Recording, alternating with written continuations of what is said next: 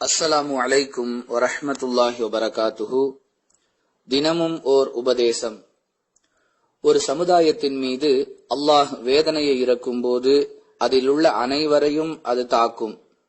பிறகு அவர்கள் தம் செயல்களுக்கேற்ப மறுமையில் எழுப்பப்படுவார்கள் என்று ரசூலுல்லாஹி ஸல்லல்லாஹு அலைஹி வஸல்லம் அவர்கள் கூறினார்கள்.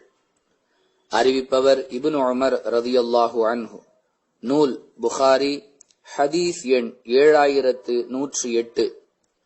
அன்பிற்குரிய அல்லாஹுவின் நல்லடியார்களே, ஒரு சமுதாயத்தின் செயல்கள் அல்லாஹுடைய கோபத்திற்கு காரணமானவைகளாக அமையும் பொழுது அந்த சமுதாயத்தின் மீது அல்லாஹ் வேதனையை இறக்குவான்.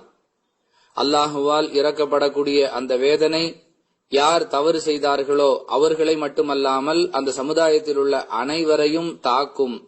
ஆனால் யார் அதில் நல்லவர்களாக வாழ்ந்தார்களோ அவர்கள் மறுமை நாளில் அவர்களுடைய செயல்களுக்கு ஏற்ப தனித்து எழுப்பப்பட்டு கண்ணியப்படுத்தப்படுவார்கள் என்பதுதான் இந்த உபதேசத்தின் சாரம்சம்.